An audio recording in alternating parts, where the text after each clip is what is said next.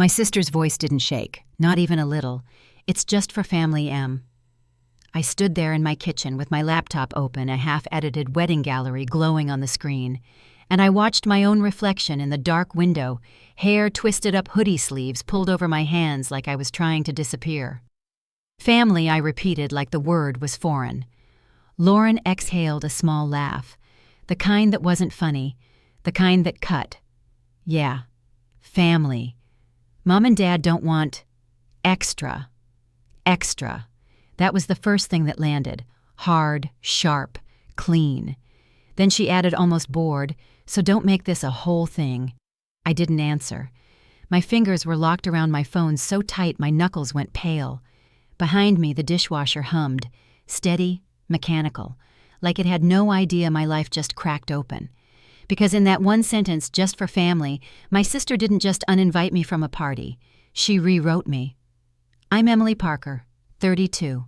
I shoot weddings and families for a living, which is ironic, considering mine has always treated me like a background prop. I live 2 hours south in Bend, Oregon. I've driven that stretch of highway to Portland so many times I know the potholes by memory. I've brought casseroles, paid bills, fixed problems, smiled in photos I wasn't sure I belonged in, and now I wasn't invited to my parents' anniversary. Not even a courtesy invite. Not even a, "Hey, are you free?" Just erased. If you've ever had family treat you like you don't matter, like you're only useful when they need something, go ahead and hit like. Subscribe too, because you're not alone, and I'm about to tell you exactly what happens when the reliable one stops being reliable. And if you've lived through your own version of this, drop it in the comments. I read them. I see you. Lauren's voice came back through the speaker, crisp and polished, like she was reading lines off a script. "Mom wanted me to call." Of course she did. My mother never delivered the hard parts. She delegated them, like bad news was a chore. I stared at the screen where my client's family was frozen in mid-laughter arms, linked sunlight catching their hair. I'd edited that photo to feel warm, honest, like love was simple. My throat tightened. "What are you talking about?" I said. "I'm their daughter." Lauren made a sound, an impatient click of her tongue. "You live your own life, Emily. You're always busy. You'd hate it anyway." Busy. That word again. The family's favorite weapon. Not the truth, not a reason, a label. A neat little sticker they slapped on me whenever they wanted to do something without me and still feel like good people. I swallowed slow. "When is it?" I asked. A pause. Too long. Saturday. My calendar was open. Saturday had been circled in my head for weeks because my mom had texted me last month about a little anniversary thing. Her exact words, "Nothing big. Just something sweet. We might need help with a few things." Help. I felt my stomach twist. "What kind of anniversary thing?" I asked. At the house, Lauren's laugh came again, low, mean. "No, not at the house." I waited. My silence wasn't polite. It was pressure. She finally said it like tossing a bone to a dog. "We're doing dinner, downtown." Downtown where I said, "Portland." She snapped like I was stupid. My grip on the phone tightened. I could feel my pulse in my fingertips. The dishwasher clicked. The rinse cycle changed. A stupid detail, but my brain clung to it because everything else was sliding. "And I'm not invited," I said. "It's not like that," Lauren said instantly. "That was the gaslight starter pack. It's not like that." Always said fast. Always said like the conversation itself was the problem, not what they did. "Then what is it like?" I asked. She sighed into the phone, and I could picture her doing it, head-tilted eyes, rolling nails, tapping on something expensive. "It's Mom and Dad's night," she said. "They want it to be comfortable." Comfortable. Like I was uncomfortable. Like I was the stain on their white tablecloth. I swallowed the heat rising in my chest. "I've been comfortable enough to pay for things," I said quietly. Lauren didn't miss a beat. Oh my God. Here we go. That was the second something in me snapped. Not a scream, not a sob, a clean break. I stared at the stack of envelopes on my counter, utility bills, contracts, a thank you card from a bride I'd shot last weekend. My life was built on showing up, on delivering, on being the adult in every room. My family knew that. They counted on it. "Lauren," I said, voice flat, "did Mom ask you to call me? After she already took my money. Silence. Longer this time. My eyes flicked to my phone screen. Last month, my mom's text. Can you send $800 just to help cover the reservation deposit? We're keeping it small. Small. I almost laughed. It came out like air through teeth. Lauren finally spoke sharp as glass. You didn't have to send anything. I did, I said, because Mom asked. Well, Lauren said that's on you. On you. There it was, their favorite trick. They'd take what I gave, then punish me for giving it. I felt cold wash over my arms, like my body had decided to leave the room before my mind did. So you're telling me, I said slowly, you're having a dinner in Portland downtown and I'm not invited, but you were fine taking my money for it. Lauren's patience cracked. Her voice went hard. Emily, stop making this ugly. Ugly. I looked around my kitchen. Plain counters, cheap mug, one chair at the table because I lived alone and I didn't host people. My life was quiet, earned, honest. Ugly was what they did in secret and called it family. I'm not making anything, I said. I'm asking a question. You always do this, she hissed. You always twist things like you're some victim. Victim. I didn't blink. I'm not twisting anything I said. I'm literally not invited.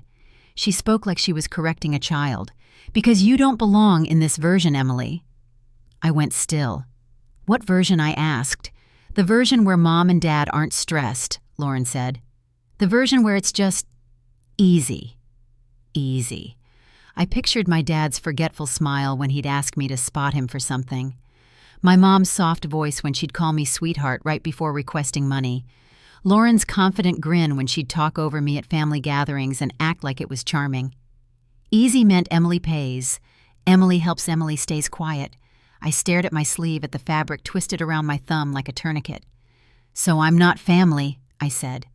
Lauren's tone softened, fake sweet like a knife with frosting. Don't be dramatic. Of course you're family. I let the silence stretch until it hurt. Then say it, I said. Tell Mom to say it. Tell Dad to say it. Put me on the guest list. Lauren's voice dropped to something colder. We're not doing this. Mom doesn't want tension. She created it, I said. No, Lauren said clipped. You did. You always do. That line landed like a slap because it was so practiced, so clean. Like she'd said it 100 times and watched it work every time. I thought about all the drives, all the Venmo payments, all the can you just requests that never ended. And I realized something simple and disgusting. They didn't hate me. They just didn't need me as a person. They needed me as a resource. I took a breath. My voice came out quieter than I expected. Who else is invited? I asked. Lauren hesitated. One beat, then just family. I almost smiled, because she was still lying. Her lie didn't have creativity anymore. It had muscle memory. That's funny, I said, because last time Mom said just family, she invited the entire church committee and called it family friends. Lauren's tone sharpened again. Why are you being like this? Because you're lying, I said. I'm not, she snapped. You are, I said, and you know it.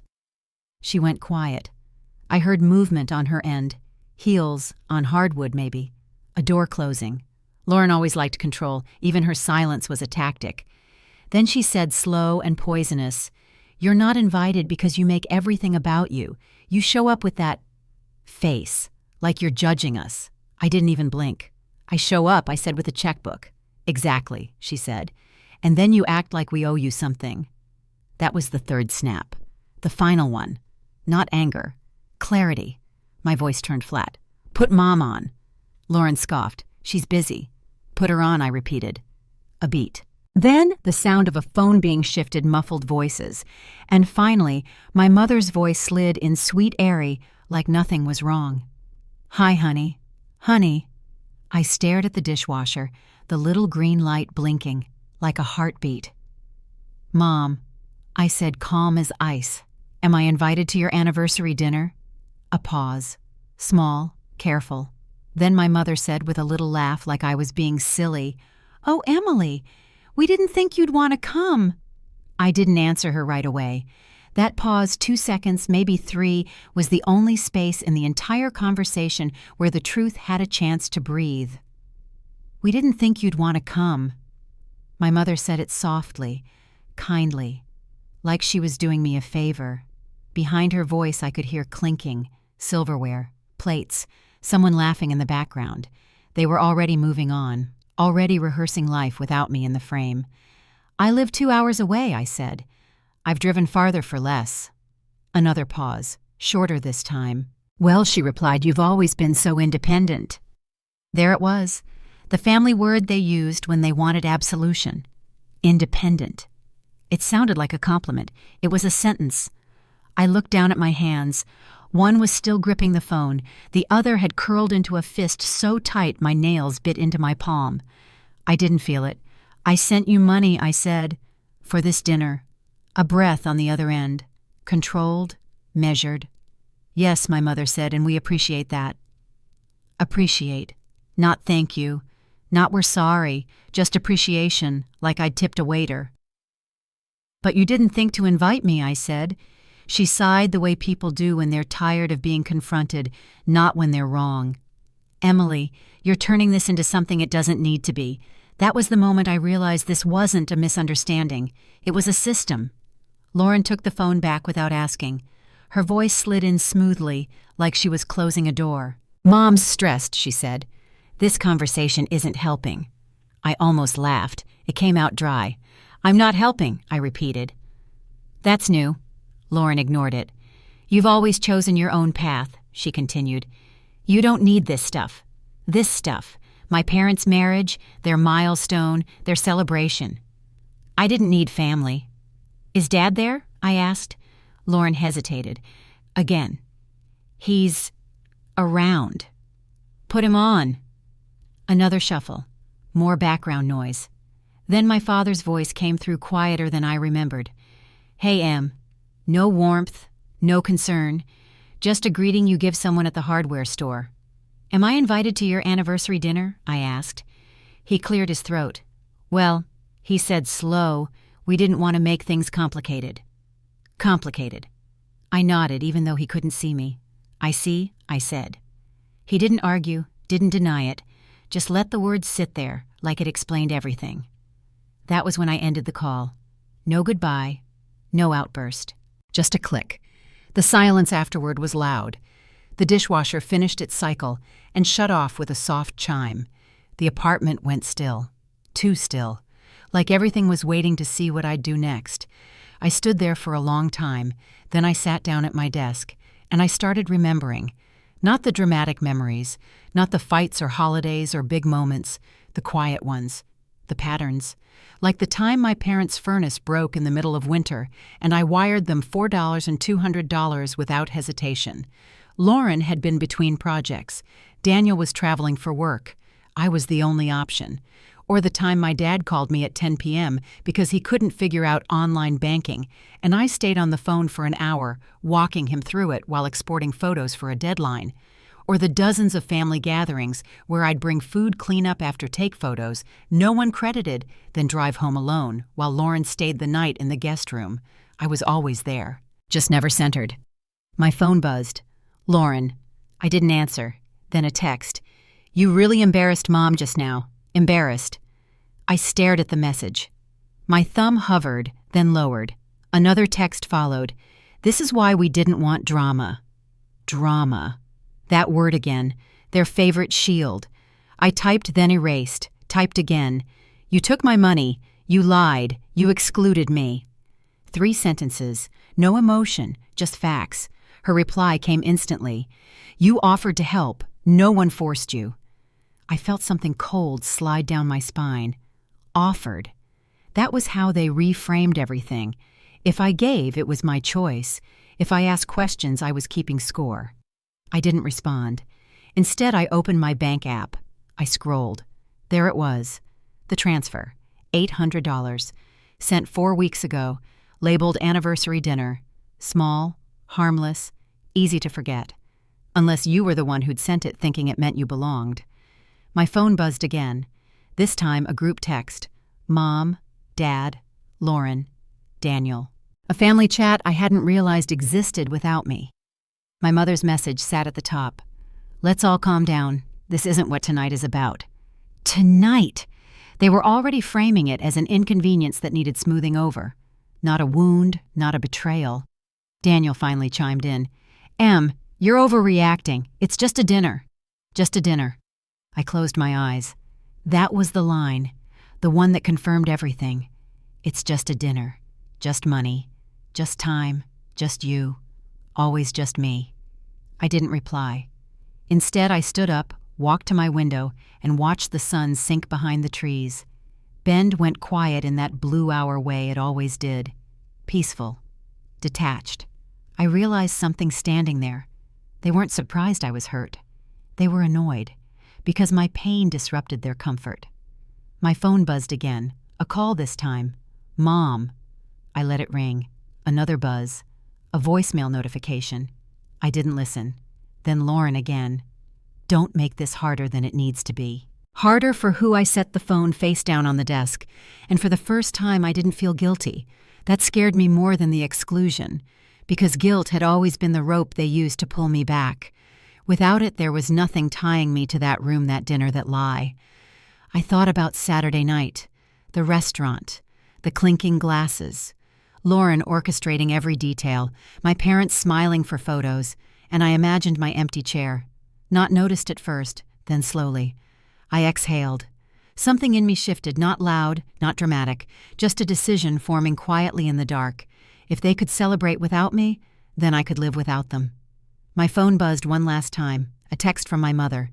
We love you, you know that. I stared at the screen. Then I typed back, love doesn't exclude. 3 words. She didn't reply.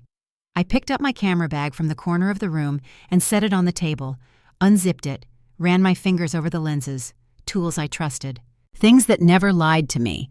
I wasn't angry, I was clear. And clarity, I would learn, is far more dangerous to people who benefit from your silence than any argument ever could. I didn't sleep that night, not because I was crying, not because I was pacing, because my mind was suddenly very, very quiet. That's how I knew something had changed. By morning, the shock had worn off. What remained wasn't sadness. It was focus. Sharp. Unforgiving. Like a lens snapping into place. I made coffee. Black. No sugar. I stood at the counter and drank it slowly, watching steam curl toward the ceiling. My phone lay untouched on the table screen, down like a body I hadn't decided whether to identify yet. At 8:17 a.m., it buzzed. Not family. Fiona, my cousin on my mom's side, the one who never forgot birthdays, the one who noticed things. She lived in Portland, worked in accounting, had a talent for hearing what people didn't mean to say. I answered. Hey, I said. She didn't waste time. Emily, she said low and tight, I need to ask you something and you need to answer honestly. I leaned against the counter. Okay. Are you sick? She asked. Or, did you move? I frowned. What? Because your name isn't on the seating chart, she said. And I just watched Lauren lose her mind over the floral arrangements like she's directing a Broadway opening. I closed my eyes. There it was, the lie cracking open without me touching it. What seating chart? I asked. A beat. The anniversary dinner, Fiona said. At Bellamy Row. Bellamy Row. I knew that place. White tablecloths, exposed brick, private balcony overlooking the river. Not just dinner. Not small. It was where people went when they wanted to be seen celebrating. How many people? I asked. Fiona didn't hesitate. 45, maybe 50. My coffee went cold in my hand. That's not family, I said. No, she replied. It's a production. I pictured Lauren clipboard in hand, my mother fluttering around pretending not to care while caring deeply, my father nodding along grateful not to be asked questions. And you're sure I'm not on the list? I asked. Fiona exhaled. I checked twice, she said. I thought maybe it was a mistake. But no, your parents are at table 1, Lauren's at the head, Daniel's next to his wife. There's an empty chair nowhere near them, an empty chair, just not for me. I felt something settle in my chest, heavy, final. They told me it was just family, I said. Fiona went quiet. Oh, she said finally. Emily, I'm so sorry. That apology landed harder than anything my family had said, because it was real. Did you know I asked that I paid part of the deposit? Another pause. Longer. Lauren mentioned someone helped cover it, Fiona said carefully. She didn't say who. Of course she didn't. I stared out the window. The morning light was clean, almost mocking. How much is this costing them? I asked. Fiona snorted. Between the room catering band decor, north of 10 grand, $10,000. I did the math without meaning to. My contribution sat right in the middle of it, not small enough to ignore, not big enough to earn a seat.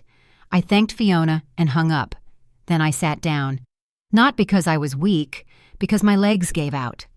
The truth didn't explode. It didn't scream. It pressed. I picked up my phone and scrolled through the messages I hadn't answered. Lauren, this didn't need to turn into a thing.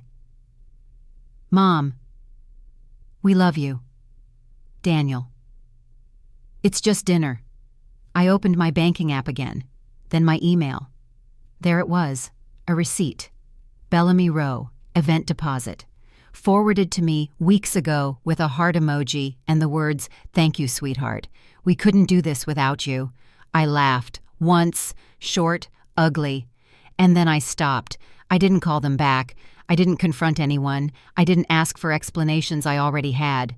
Instead, I opened my laptop and searched flights. It wasn't impulsive. It felt inevitable. Saturday night. Their night. I needed to be anywhere else. New York popped up first, then Italy, then Iceland. I stared at the screen until a name caught my eye. Lisbon. I'd always wanted to shoot Lisbon. The light, the shadows, the way color lived on old walls. I'd saved it for someday. I clicked. Sunday morning departure. 1 seat left. First class wasn't even a question. I booked it. The confirmation email landed with a soft chime. It felt louder than any argument. My phone buzzed again. Lauren. I let it ring. Then a text. You need to call Mom. I typed back. I'm busy. True for the first time. I packed slowly, thoughtfully, cameras, lenses, a dress I'd never worn because it felt too much. I left behind everything that reminded me of obligation. On Saturday afternoon, I drove north, not to Portland, to the airport. As I handed my keys to the valet, I felt lightheaded, not from fear, from relief. At the gate, I posted nothing, said nothing. I boarded quietly.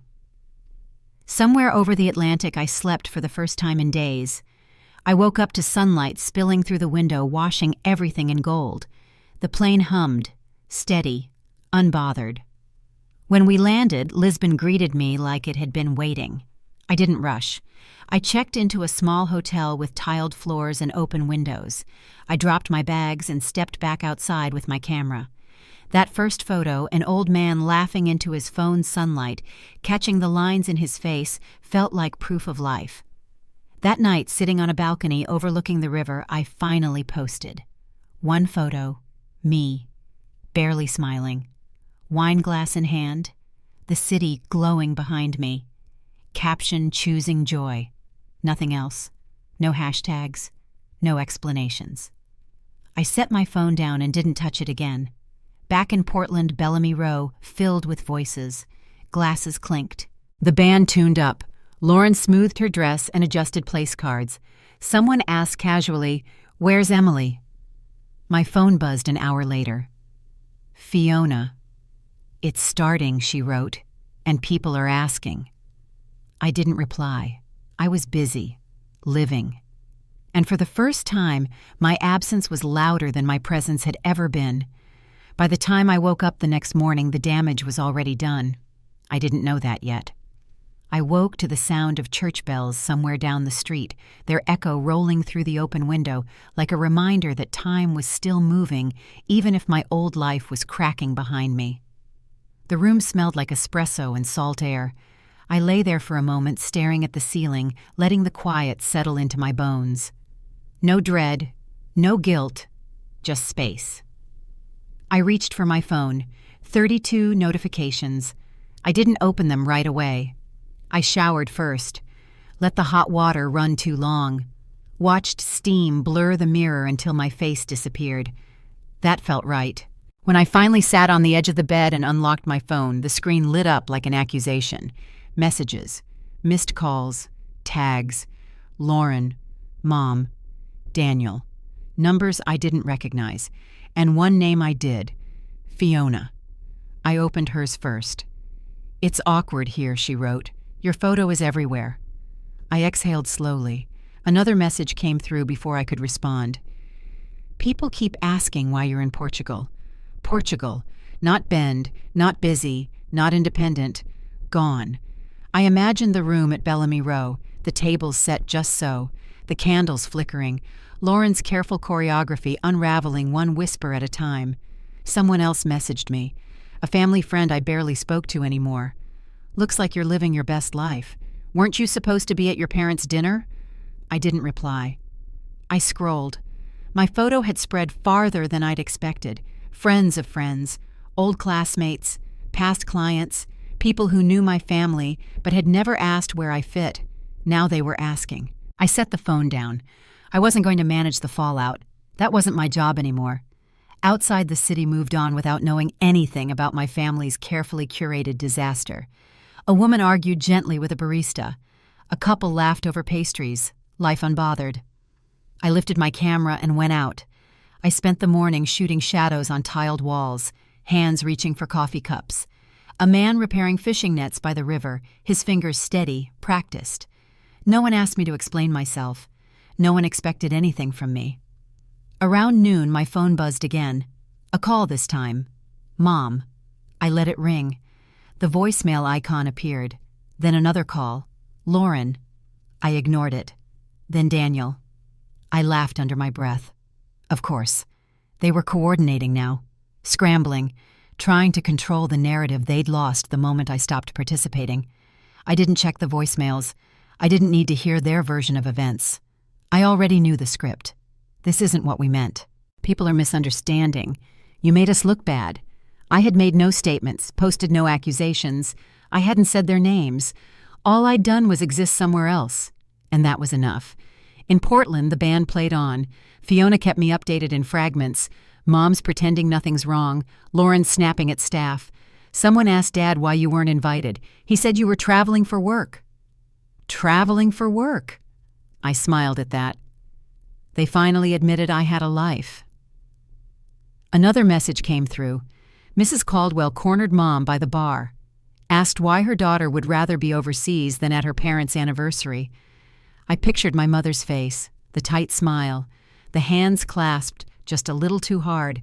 For years, she'd loved telling people how close we were. Now she had to explain why I wasn't there. My phone buzzed again. Lauren. I answered this one. What I said. Her voice was sharp, strained. The polish was gone. "What the hell are you doing?" she snapped. I looked out at the river. "Having lunch," I said. "You knew this would happen," she said. "You did this on purpose." I waited. Let her hear the silence. "No," I said finally. "I left on purpose." "That photo," she started. "Is my life," I cut in, "not a statement." She laughed brittle.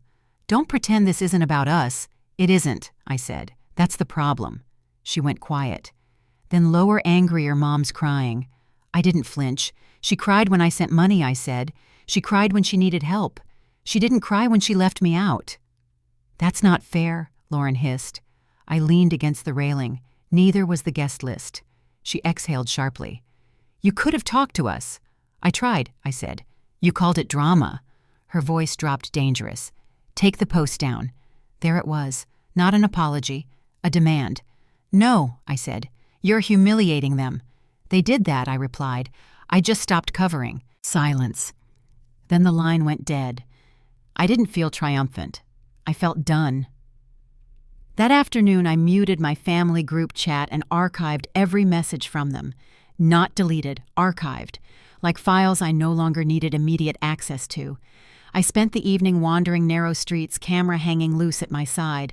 I didn't shoot much. I didn't need to. I was learning how to be present without documenting myself for anyone else. By nightfall, the calls slowed. Back home, the party ended early. People made excuses, left before dessert, hugged my parents a little less warmly than usual. Lauren blamed the staff, the lighting, the band, anyone but herself. My mother blamed me. Daniel posted something vague online about people who choose attention over family. I didn't respond. I was sitting on a stone wall overlooking the water, listening to someone play guitar nearby. The music drifted, soft, uninterested in my family's collapse. For the first time, I understood something I'd never let myself believe before. They needed me more than I needed them. And without me smoothing the edges, paying the bills, absorbing the tension, they had nothing to hide behind. That night I turned my phone off completely, not in anger, in peace. I fell asleep with the window open, the sound of the city breathing around me. Back in Oregon, my name stayed on people's lips longer than my parents wanted. Questions lingered, explanations thinned, and I was thousands of miles away, finally unreachable.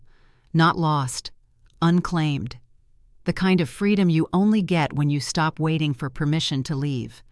2 weeks later, my life didn't snap back into place. It widened. I was still in Lisbon when the email came in. Subject line plain, almost shy. Saw your work, interested in a conversation. It was from a travel editor based in New York. She'd found my photos through a share of my post, someone I didn't know, tagging someone else I didn't know, the kind of chain reaction I used to think only happened to other people. I reread the message twice, then once more slower, like I was afraid it would disappear if I moved too fast. I replied, brief, professional, calm. She wrote back within the hour. We set a call.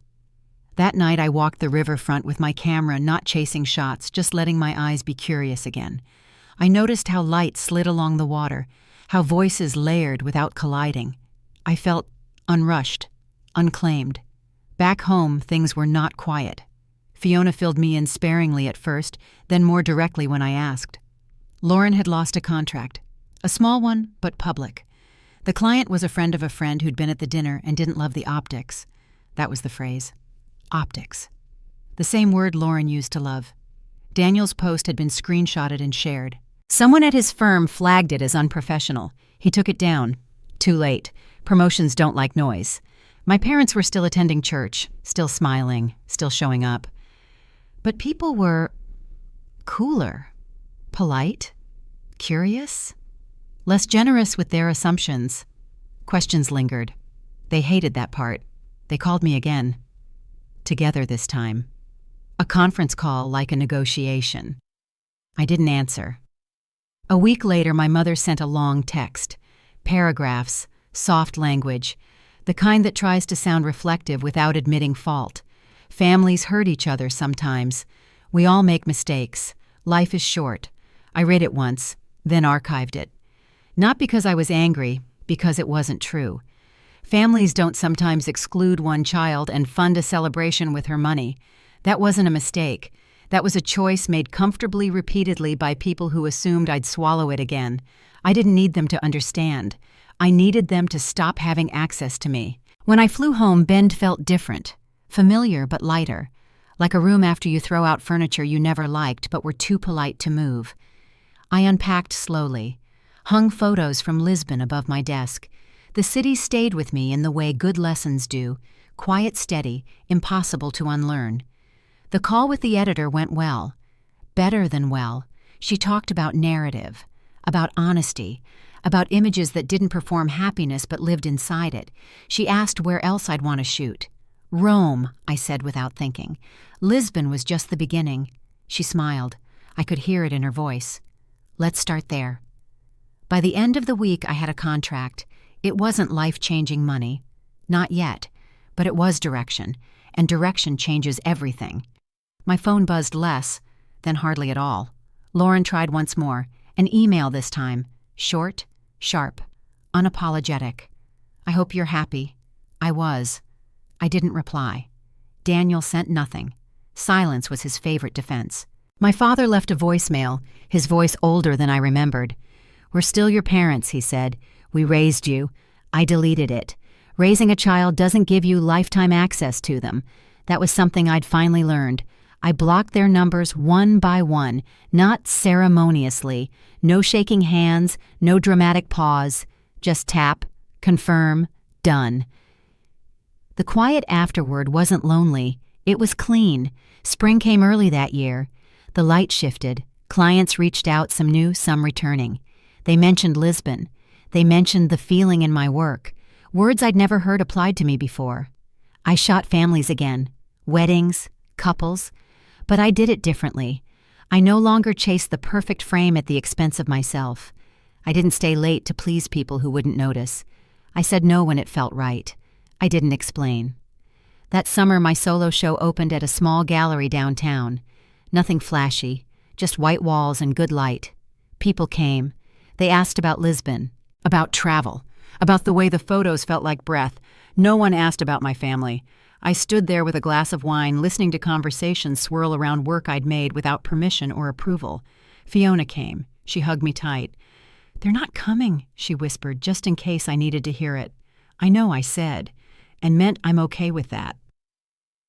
Later that night, when the gallery emptied and the lights dimmed, I stood alone in the space. My work on the walls, my name on the placard. It felt earned. I walked home under a sky that looked generous, not because it gave me anything, because it didn't ask. Months passed.